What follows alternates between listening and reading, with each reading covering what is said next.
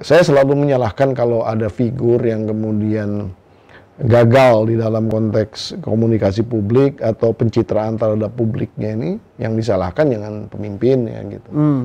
Ya orang-orang di bawahnya lah. Berarti kagak jelas kerjanya. Gitu aja sebenarnya. Ya kalau semua yang bekerja kepada rakyat itu yang akan memberikan hope. Kalau yang bekerja kepada oligarki ya saya rasa jelas-jelas tidak akan memberikan harapan apapun. Gitu. Dengan sistem seperti ini Abang yakin pemimpin kita akan memberikan harapan kepada rakyat, atau rakyat bisa berharap terhadap pemimpin yang ada sekarang?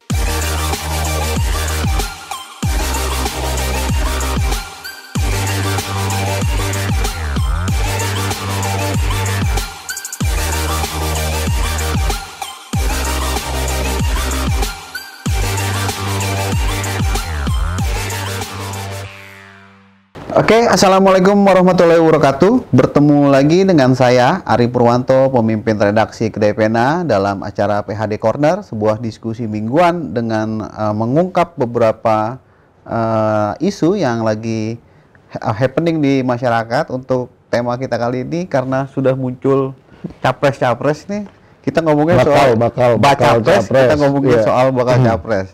Nah, sudah bersama kami Ketua Umum Organisasi Kesejahteraan Rakyat, Bang Pum Pindah Hidayatullah, sebagai narasumber tetap kita. Bang Pum, ya, apa kabar? Baik, alhamdulillah. Assalamualaikum. Kita buka ya. Buka Bang, siapa? Prokesnya udah jalan ya.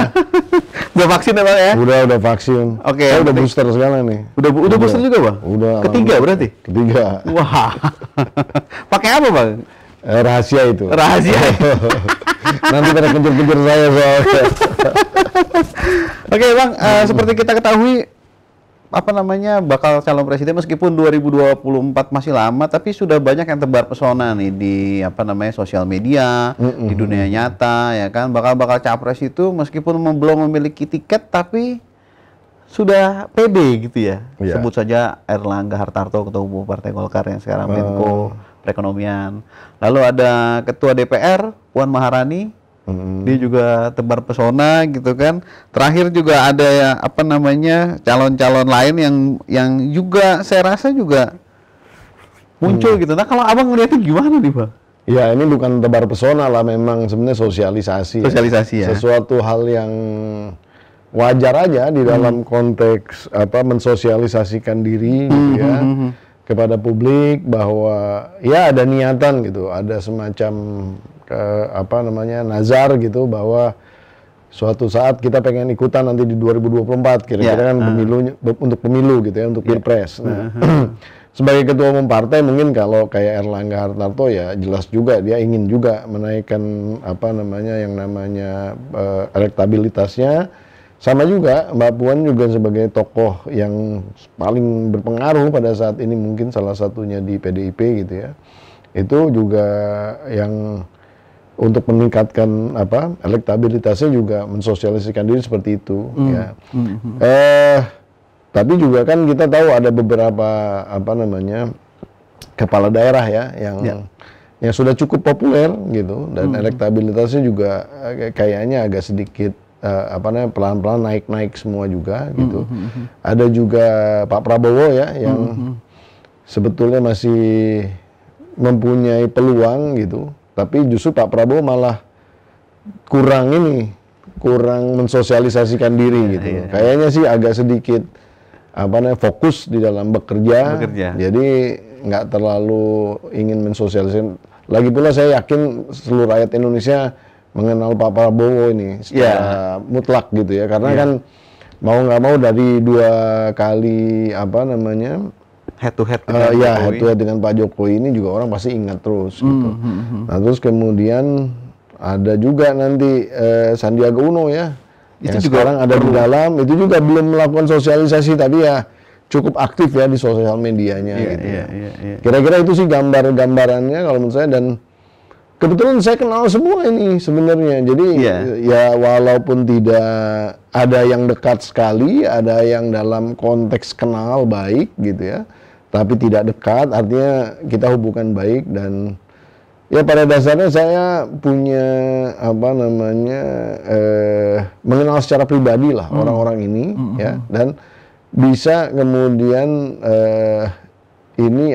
mengenal mereka di dalam apa namanya sesuatu kedekatan yang khusus gitu. Artinya kalau ditanya saya karakter si A, si B, si C, si D ini seperti apa, ya paling tidak saya bisa menyampaikan dalam perspektif saya secara pribadi. Pasti ada subjektivitasnya, tapi saya akan coba secara objektif untuk bisa menyampaikannya gitu. Karena saya bukan psikolog gitu, jadi kalau nanti ditanya lu apa namanya, kok membaca karakter orang padahal lu bukan psikolog, tapi enggak, kan sebagai seseorang yang mengenal orang lain boleh dong kita kemudian menyampaikan secara, saya usahakan secara objektif, tapi ya namanya hubungan antar personal tuh kadang-kadang terkungkung dengan nilai-nilai subjektivitas juga gitu. Jadi kadang-kadang ya tergantung siapa yang ngomongnya. Nah, saya ini kan punya persepsi masing-masing, suka atau tidak suka itu mempengaruhi, bahwa itu pasti jadi ada nilai subjektivitas karena perspektif saya sebagai pribadinya ini gitu. Tapi kalau justru malah orang objektif kalau nggak kenal. Nggak kenal, betul. Nah, kalau kenal justru malah subjektif gitu. Kalau objektif pasti nggak kenal. Betul. Nah, kalau saya nggak bisa, udah kenal semua gimana gitu. Jadi susah juga gitu ya. Bang, tapi gini Bang, kita apa namanya? Kita umumin dulu nih Bang. Sebenarnya pemimpin apa sih Bang yang paling dibutuhkan Indonesia saat ini? Ya banyak kriterianya, tapi salah satu yang paling penting itu bisa memberikan harapan. Hope. Harapan itu paling penting gitu ya. Ketika yang namanya pemerintahan siapapun yang mimpin deh, ya. Ketika ini mohon maaf nih, ketika Pak SBY muncul gitu kan, semua berharap punya hope tinggi, dukungan tinggi. Betul, betul. Tapi ketika kemudian ada kasus Senturi, ini mohon maaf nih, ini bukan masalah mau ngangkat-ngangkat yang lama-lama gitu kan, benar-benar dia jatuh juga gitu kan. Apalagi ada kasus terus korupsi kader-kader Demokrat yang lain jatuh juga gitu kan. Nah jadi hope di dalam konteks kebaikan, hope bahwa negara ini bisa menuju kepada sesuatu yang lebih baik, kemudian bukan hanya dalam konteks negara ya, tapi kehidupan orang-orangnya pun juga baik. Dan orang akan melihat apakah nanti anak-anak saya atau generasi berikutnya ini juga akan hidup secara baik. Kira-kira itu sebenarnya.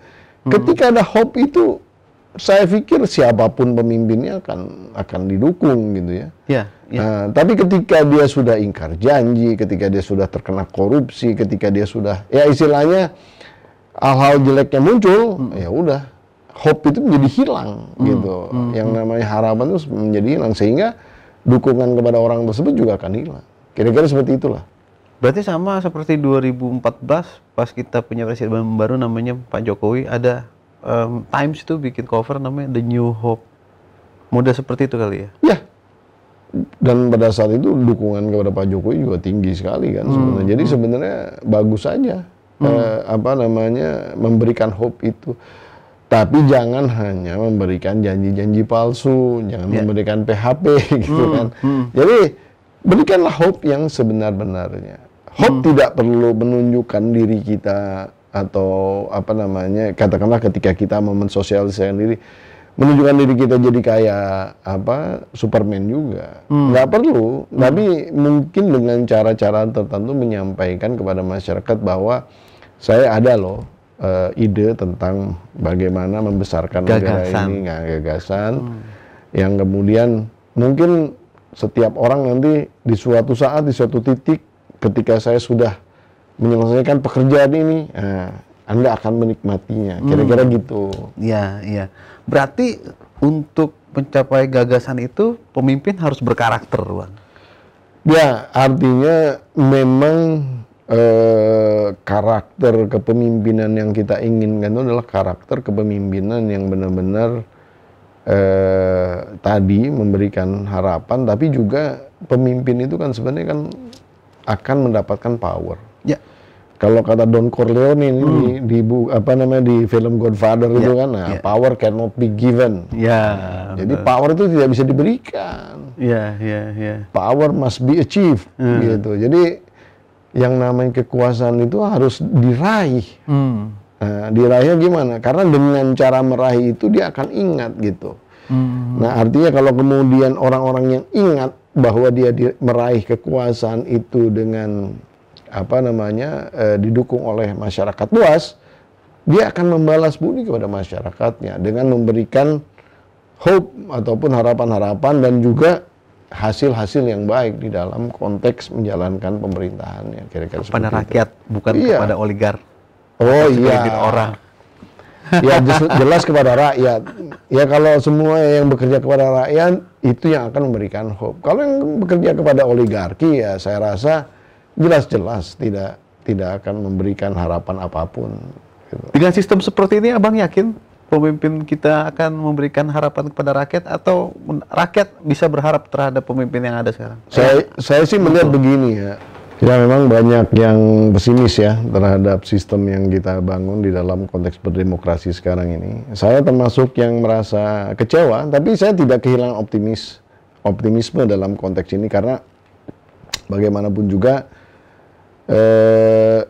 kita tetap harus menjaga ya yang namanya harapan, optimisme di dalam konteks itu untuk mendrive kita untuk melakukan perubahan. Gitu. Karena kalau kita kemudian sudah apatis dan pesimis, udah akhirnya kita jadi tidak akan melakukan dorong-dorongan perubahan itu. Nah, artinya seperti ini, saya tetap yakin bahwa yang namanya Vox Populi, Vox Dei gitu ya. Jadi sebenarnya suara rakyat, suara Tuhan gitu. Jadi kalau rakyat udah bersuara dan Tuhan yang menghendaki, akhirnya udah selesai. Siapapun orang yang terkuat, bagaimanapun orang itu kemudian menata kekuasaan gitu ya, baik dalam bentuk oligarki ataupun dalam konteks monarki sekalipun, pada suatu saat bisa jatuh ya. Siapa yang bisa melihat yang namanya revolusi Perancis itu suatu saat akan memenangkan, rakyat akan memenangkan dari kerajaan? Nggak ada gitu ya. Sama juga gitu. Siapa yang kemudian bisa tahu gitu suatu saat yang namanya Orde Baru akan berakhir juga. Dulu kita nggak pernah berpikir gimana. Jadi kadang-kadang kita penasaran juga akhirnya. Jadi benar sekali ada istilah. Kalau kita ingin melihat suatu masa depan ya kita harus terlibat di dalam konteks menciptakan masa depan itu. Jangan kemudian kita berdiam diri. Nah ini sebenarnya sini. Jadi kalau saya ditanya tadi seperti itu ya. Jawabannya masih ada, memungkinkan. Karena tadi, ketika rakyat kemudian tidak lagi percaya terhadap pemimpin yang dimunculkan oleh basis sistem oligarki seperti ini, ya pada akhirnya mereka nggak akan milih gitu. Jadi boleh aja oligarki ini munculin gitu, partai-partai ini munculin kandidat-kandidatnya, tapi nggak ada yang milih rakyat, nggak ada yang mau milih. Mau gimana? Nggak datang ke TPS, nggak datang kemana-mana, mau gimana? Tapi yang terjadi selama ini kan bukan demikian Bang. Dengan tingkat golput yang cukup tinggi di kita, tapi tetap saja masih kurang masih kurang. Ya artinya prosentase pemilih masih lebih banyak daripada yang nggak pilih. Nah tapi kalau udah istilahnya rakyat udah nggak suka sama sekali, pasti ninggalin.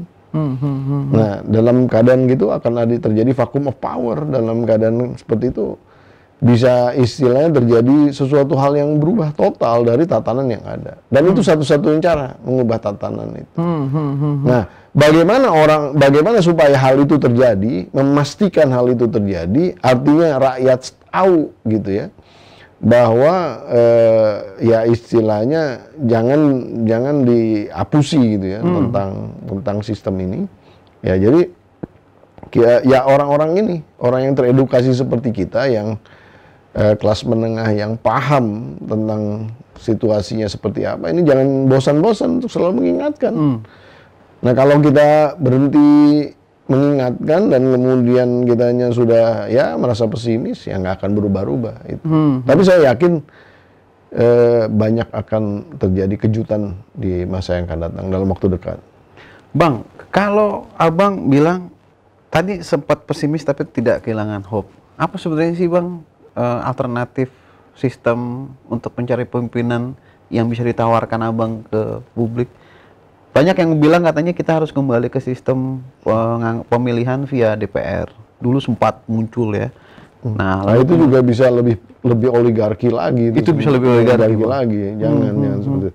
Sebenarnya pemilihan secara langsung itu menjadi menarik ya, karena memberikan kesempatan kepada masyarakat untuk langsung terlibat menentukan pucuk pimpinan nasionalnya. Ya. Dan di dalam tatanan itu istilahnya masyarakat bisa langsung menjudge gitu loh. Menjudge saya bisa milih atau tidak gitu. Nah, kalau nggak ada yang disukain sama sekali bisa. Nah, tapi kan di dalam prosesnya ini terjadi penyaringan, bukan penyaringan aja, pengkondisian gitu dari oligark tadi gitu. Jadi calon-calonnya tuh, nah makanya daripada ribet-ribet, kita ribut-ribut gitu, daripada ribet-ribet kita ribut-ribut. Ya, nah, betul. Udah, mending dibuka aja calon-calon yang mau maju silahkan gitu. Ya, ya. Yang penting memang ada partai yang mendukung dan lain-lain, biar nanti kan masing-masing calon juga harus mengangkat yang namanya elektabilitasnya mereka dan lain-lain. Nah, ketika itu terjadi banyak opsi, rakyat juga akan menilai mana sih yang kira-kira yang benar, mana yang enggak dan lain-lain gitu loh. Kira-kira seperti itu. Dan saya rasa dengan sangat terbukanya ya sekarang informasi, hampir dibilang ya istilahnya orang yang cuman akal-akalan dan kerjanya cuman istilahnya tidak jelas atau bahkan berniat jahat, itu kan kelihatan, akan kelihatan.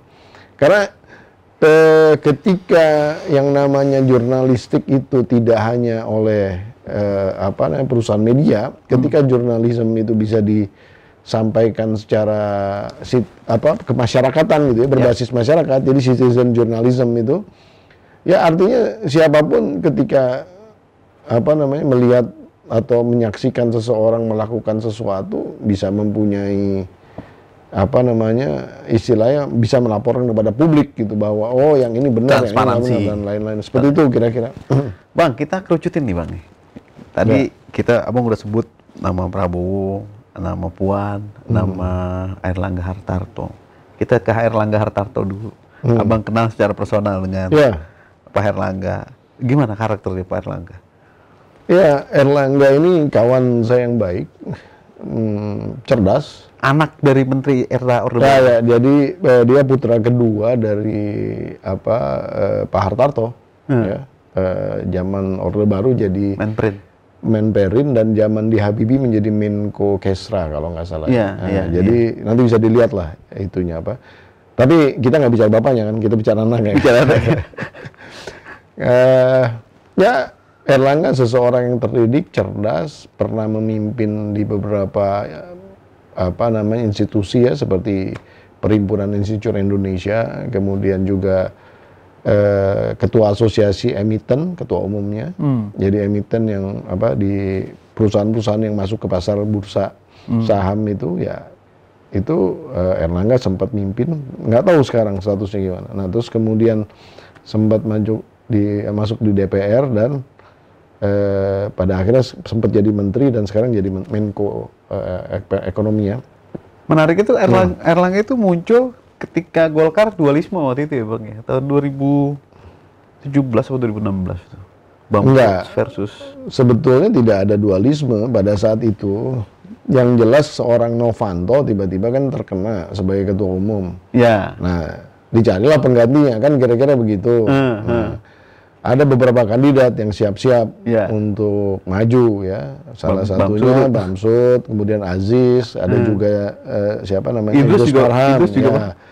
Tapi kan kemudian Idrus juga terkena sesuatu. Nah, akhirnya ya setelah itu ya Airlangga yang paling dalam posisi yang paling firm, yang paling dekat dengan pemerintahan karena beliau ada di kabinet kan, dekat dengan Pak Jokowi dan bisa mendapatkan dukungan secara real dari pemerintah. Kira-kira seperti itu.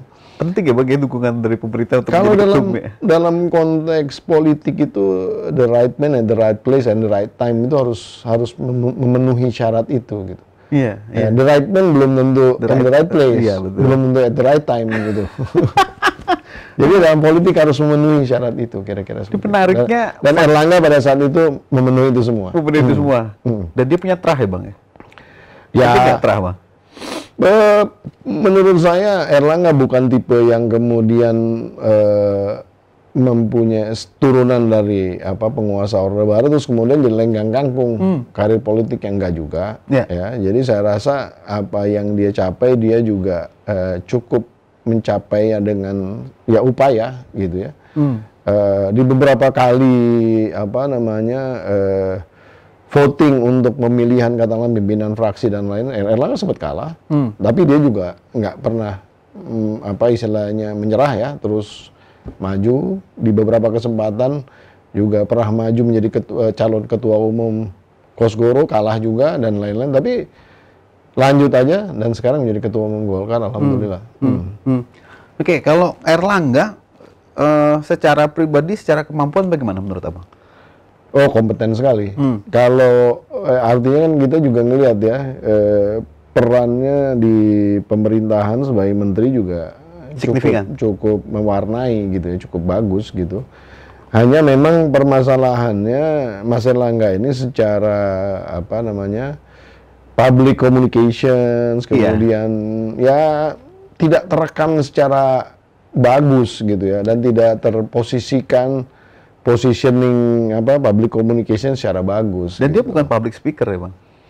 Ya salah satunya harusnya sebenarnya yang dia bangun ketika dia dalam posisi yang ingin bekerja dan ingin menunjukkan kinerjanya, dia harus mempunyai satu tim yang bisa berkoar-koar bahwa dia nih keren gitu, bahwa dia nih sebenarnya saya bisa jadi corongnya dia sebenarnya, cuman karena nggak dipanggil-manggil lah kita juga diem aja kan.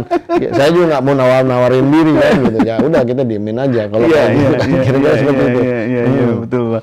Nah, karena kalau sembarangan orang yang kemudian menyampaikan itu, ya kan masalah orang menyampaikan penilaian itu kan macam-macam latar belakangnya, kredibilitas, kemudian kapabilitasnya juga gitu.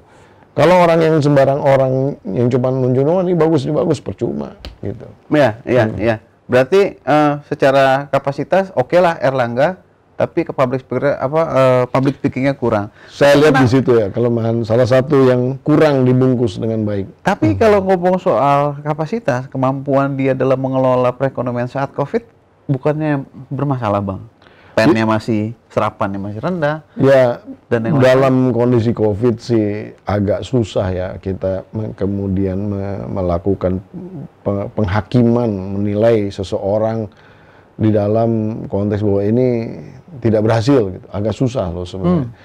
Ya artinya di dalam konteks COVID, terutama di dalam urusan ekonomi ya bukan sesuatu hal yang mudah sebenarnya. Saya nggak yakin misalnya ada ahli-ahli ekonom yang jago di dunia pun gitu, kemudian bisa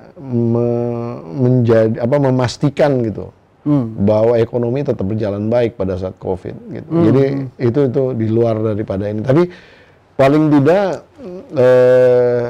ya istilahnya kekompakan Pak Erlangga ini kan bermain dengan beberapa menteri lain juga, akhirnya kan sekarang lumayan nih yang namanya COVID bisa teratasi lah. Ya, mudah-mudahan gelombang keempat apa ketiga ya. Ya, ini kita sebenarnya bicara karakter loh, jangan bicara prestasi. Saya sebenarnya nggak mau ngomentarin prestasi masing-masing, tapi kita bicara karakter aja. Karakter aja ya, Bang. Kan kalau kita bicara soal karakter juga kan kemampuan seseorang memimpin itu dilihat saat krisis, Bang. Ya. Karakter orang kan bisa dilihat dari saat krisis. Nah, Pak Erlangga kalau menurut saya masih jauh panggang dari api, Bang. Oh. Nah, kalau ya, itu pendapat masing-masing ya. Tapi kalau menurut saya enggak juga ya. Enggak juga ya. Artinya dia tetap aja tidak kemudian give up, menyerah, dan terus aja mengerjakan apa yang bisa dikerjakan, dan role-nya sebagai Menko Perekonomian dia selalu memberikan bahwa ya secara realistis gitu ya angka-angka yang diberikan, walaupun kadang-kadang itu hanya cuma memberikan harapan, memang harus kayak gitu. Karena kalau Menteri Perekonomiannya udah nggak punya istilahnya harapan di dalam konteks ekonomi, ya udah seluruh negara ini nggak ada harapan sama sekali. Jadi nggak boleh. Jadi harus ada optimisme yang dan saya rasa sih sudah dikerjakan dengan cukup baik sih. Begitu ya? Menurut saya ya. Tadi kan saya bilang saya subjektif. Bang, dari skala 1 sampai 10. Pak Erlangga dapat poin berapa? Dalam konteks apa dulu nih? Agak susah. Secara karakter. Secara karakter. Karakternya, maksudnya kalau 1 lebih bagus atau 10 lebih bagus? 10 lebih bagus.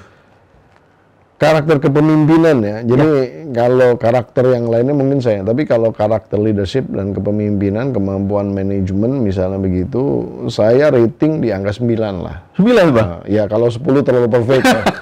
Saya rasa nggak ada lah yang 10. Ada pasti blunder dan kemudian ininya 9 lah. Iya. Jadi mampu dia. Dia mampu. Kalau dibilang mampu. Mampu ya, Bang. Nah, hanya tinggal perlu dipagari oleh teman-teman tadi yang bisa kemudian mengangkat dia. Oke. Pak Erlangga 10 dengan tadi semua penjelasan dari 9. Abang. 9. Oh, jangan tambah-tambah. Nah, kita yang kedua, Bang. Mbak Puan Maharani. Ya. Gimana? Abang kenal secara pribadi dengan? Saya kenal dan sama seperti Pak Erlangga juga. Walaupun menjabat, Mbak Puan juga mudah dihubungi gitu. Jadi selalu kalau saya kirimkan pesan-pesan gitu ya, ya jawab juga. Walaupun jawabnya singkat lah. Pasti orang sibuk-sibuk itu pasti jawabnya singkat, nggak perlu. Sama kayak abang waktu menjabat ya? Singkat-singkat. Tapi saya selalu jawab kan. Ya kan? Nah, Mbak Puan ini juga sempat ketemu beberapa kali dan menurut saya Mbak Puan yang dulu ya ketika baru-baru berpolitik dengan sekarang jauh berbeda ya. Jauh berbeda. Puan Maharani yang sekarang udah lebih matang ya, Dan punya kepak kebinekaan ya, Bang ya. Sudah paham politik juga, sudah paham politik juga. Artinya nggak gampang, kita jangan berusaha cuman nakut-nakutin, nggak bisa. Atau kemudian, jadi ketika berhadapan sama seorang yang udah paham politik dan Mbak Puan ini cukup cerdas. Yeah. Lo Universitas Indonesia lo gimana, ya kan? Jadi jangan di underestimate. Gitu. Yeah. Jadi ketika bicara dengan orang seperti itu harus kita mengandalkan berbagai macam argumentasi yang meyakinkan berbasis data dan kemudian bisa mengajak orang tersebut untuk setuju dengan kita. Gitu. Jadi udah nggak bisa dengan cara yang ya istilahnya tidak cerdas lah. Gitu. Harus sangat cerdas gitu. Dan saya lihat Mbak Puan ini sekarang sudah semakin bisa membangun faksi dia sendiri di PDI Perjuangan ya. Dan dukungan secara real di partainya tuh cukup besar kalau saya lihat ya. Dan nggak main-main. Ada yang tidak ada di dia, tapi juga sekarang tidak di dalam posisi yang menguntungkan gitu sebenarnya. Jadi menurut saya tidak dalam posisi menguntungkan. Ya artinya tidak dalam posisi menguntungkan tuh tidak mendapatkan posisi apa-apalah gitu. Yang dekat sama dia justru malah dapat posisi. Kan di dalam berpolitik justru harus dapat posisi dong, jangan sampai nggak dapat posisi. Iya, gitu. Betul, itu betul. maksudnya. Itu yang maksudnya. Jadi kalau yang nggak deket-deket sama dia malah nggak dapat posisi kan gitu. Itu maksudnya. Jadi artinya faksionalisasi yang dibangun oleh Puan Maharani sukses. Sukses? Iya dong. Internal mungkin ya, internalisasi. Internal, secara internal. Kan kita bicara politik secara internal. Tapi politik keluar pun juga hampir kalau kita lihat ketika membangun katakan aliansi dengan partai-partai lain pun juga orang nggak nganggap remeh terhadap Puan Maharani sekarang. Jadi dia membangun, ya memutus. Misalkan apakah PDI Perjuangan serta merta tiba-tiba mendorong nama Puan Maharani terus kemudian menjadi ketua DPR gitu, langsung menerima begitu aja orang kalau kemudian istilah yang bersangkutan tidak mampu kan enggak. Iya. Pasti ini atas pertimbangan-pertimbangan matang mereka menerima juga. Kalau enggak kan minta calon lain dong. Partai yang lain juga memang itu jatahnya PDI Perjuangan karena berdasarkan suara terbanyak gitu. Tapi kan nggak serta-merta PDI Perjuangan mau ini semua bisa nerima kan enggak. Iya, harus kan bisa nolak juga. Yang namanya artinya apa? Artinya di dalam konstelasi ini respect terhadap seorang Puan Maharani udah terbentuk juga di kalangan dunia politik nasional. Respect ya. Untuk elit, untuk internal. Ya. Kalau untuk masyarakat umum, saya melihat ada gerakan membuli Puan Maharani, Bang. Misalkan apa sih namanya? banner-banner yang bermunculan gitu kan, kepak sayap kebinekaan diplesetkan menjadi apa gitu. Artinya ada sebuah penolakan ya, mungkin karena Mbak Puan itu anaknya dari Ibu Mega gitu kan, yang ketua umum partai secara dalam beberapa periode sehingga posisinya kuat dan yang lain-lain. Nah, kalau Abang bagaimana melihat posisi Mbak Puan ini yang dalam tanda kutip sering dibully ini, Bang? Ya memang kalau saya lihat ya Mbak Puan juga belum mempunyai tim yang kemudian bisa menetralisir ya perang opini seperti itu. Kalau saya ketika masuk dunia politik, ketika ada satu pihak yang kemudian membuat kenegatifan lah ya, isu-isu negatif gitu, jangan terlalu langsung percaya bahwa itu kejadian yang sebenarnya. Tapi kan ini kan ada upaya politisasi di dalam konteks downgrade. Ya, mengecilkan nama Puan Maharani kan kira-kira seperti itu. Nah, itu yang harus dipahami oleh semua orang. Nah, kalau saya ngelihatnya sebenarnya harusnya timnya Mbak Puan justru harus lebih cerdas di dalam konteks merespon yang seperti itu. Nah, kadang-kadang di dalam komunikasi publik di zaman sekarang ini orang sudah tidak secara cerdas memanfaatkan permainan kata-kata dan permainan istilahnya ketika berkelahi di media emosi lebih banyak ketimbang akal sehat yang bicara, kira-kira gitu. Tapi juga jangan didiemin. Ya, kalau kemudian orang membuli kita diemin, ya kita pasti akan dibully terus-menerus. Dia akan menggila-gila. Tapi kalau kita mempunyai cara untuk kemudian menangkisnya dengan cerdas, pasti mereka akan stop juga karena akan capek sendiri, gitu ya. Tapi kalau kemudian kita melawannya dengan sesuatu yang katakanlah reaktif dan pakai sedikit emosi, nah ini juga jadi negatif akhirnya. Nah ini nih yang harusnya dipahami di dalam konteks itu. Dan saya selalu menyalahkan kalau ada figur yang kemudian gagal di dalam konteks komunikasi publik atau pencitraan terhadap publiknya ini, yang disalahkan jangan pemimpinnya gitu. Ya orang-orang di bawahnya lah. Berarti kagak jelas kerjanya. Gitu aja sebenarnya. Timnya nggak jalan lah Bang ya. Kira-kira gitulah. Kalau nggak ya silahkan Mbak Puan nanti melakukan ya istilahnya konsolidasi ulang. Bukan artinya dievaluasi lagi lah. Oh ya dievaluasi lagi ya, biar seperti itu. Tahu di mana salahnya, terus habis itu apa yang harus dilakukan setelahnya ya Bang ya. Bang, banyak juga yang menilai terah, lagi-lagi terah, saya bicara terah. Tadi kita bicara Erlangga Hartarto punya terah dari Hartarto. Ya, ini harus dihilangkan istilah terah itu. Karena kita di dunia demokrasi ini nggak ada terah. Semua orang punya hak yang sama kok untuk maju jadi pemimpin. Tapi faktanya pemimpin kita semua orang juga punya hak untuk memilih gitu. Jadi nggak ada lah terah itu. Nggak penting lagi lah. Mau turunan siapa udah nggak penting lagi kalau menurut saya.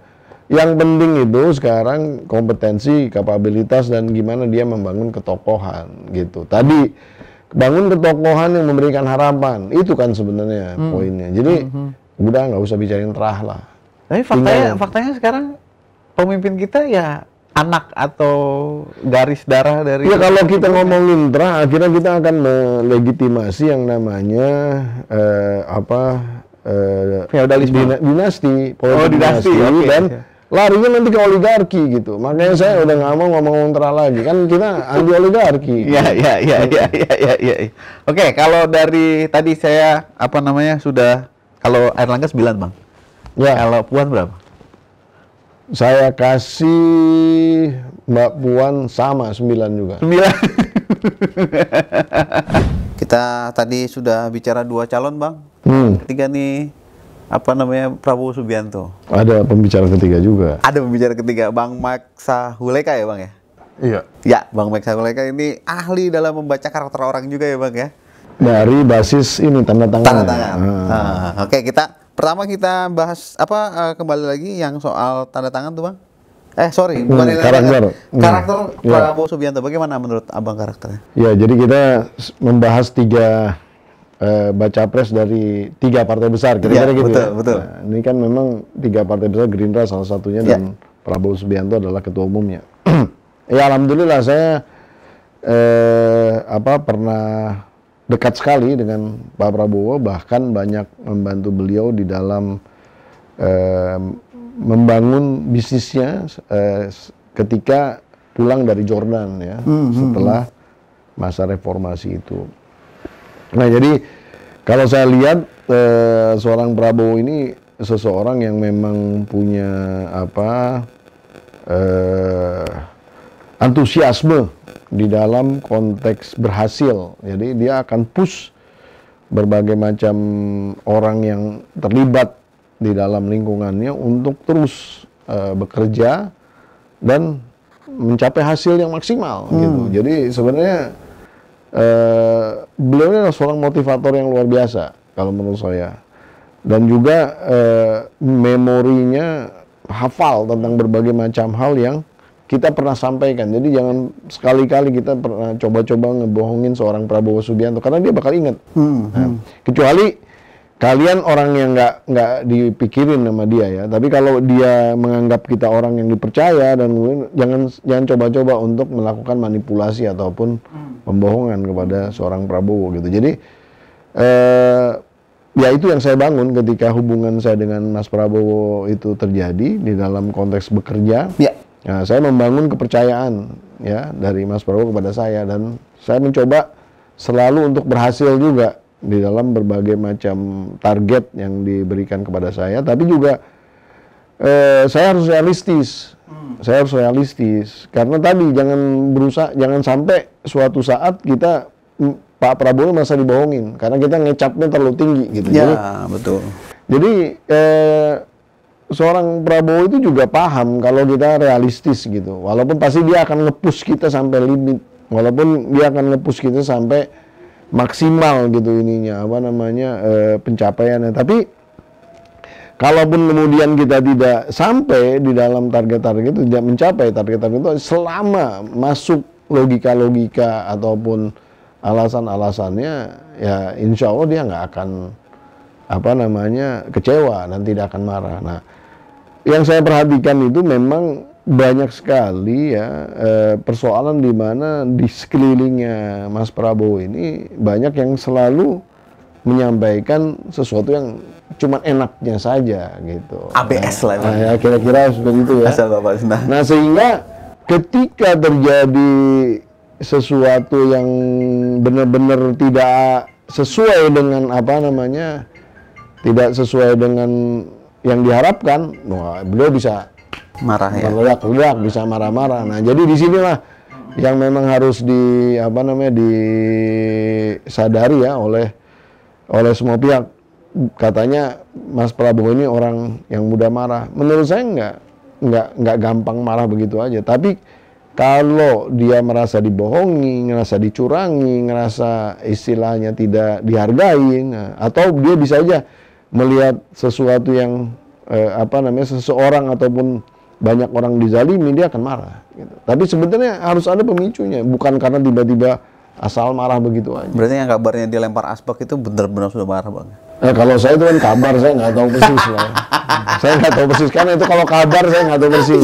Dan saya nggak ada di tempat itu, jadi saya nggak bisa mengiyakan atau menidakkan gitu ya. Jadi ya artinya ya kalau pada saat seseorang marah ya memang kadang-kadang bisa melakukan apa. Apalagi kalau kecewanya parah sekali gitu ya, kekecewaan yang sangat dalam ditambah kemarahan yang sangat besar, ya udah apapun bisa dikerjakan, kira-kira seperti itu. Tapi saya ngelihat Prabowo ini seorang pemimpin yang sangat inspiratif ya, yang cukup juga bisa memberikan harapan kepada masyarakat ya.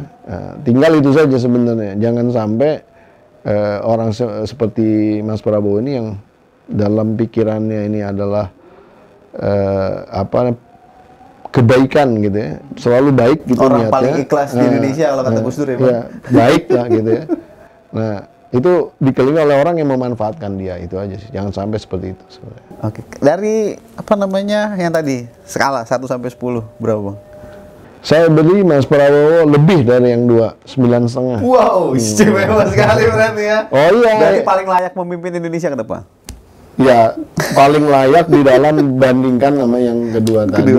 Hanya beda setengah poin. Beda setengah poin. Bukan berarti Mbak Puan sama Mas Erlangga nggak layak gitu ya. Tadi kan ya masih ada voting mass yang bisa silakan aja nanti masyarakat yang menilai lah. Saya kan hanya mencoba ya karena kamu aja munculin angka-angka ini, jadi saya juga masuk ke dalam hitung-hitungan yang menurut saya juga agak membingungkan. Tapi kan saya lihat ini dalam konteks karakter kepemimpinan. Betul, Ya, betul, seperti itu betul, aja. betul. Korelasinya situ aja. Jangan dibilang ini karakter baik buruk, karakternya misalnya yang satu lebih jahat atau yang satu lebih enggak ya. Ini benar-benar karakter kepemimpinan yang di scoring tadi ya. Si scoring tadi. Bang Pum, terima kasih banyak nih atas waktunya ya. Sama-sama. Saya harus pamit dulu ini. Nah, mudah-mudahan nanti bisa dilanjutkan oleh Bang Max yang lebih banyak rahasia-rahasia yang bisa muncul gitu ya. Terima kasih nih. Terima kasih semuanya. Assalamualaikum warahmatullahi wabarakatuh.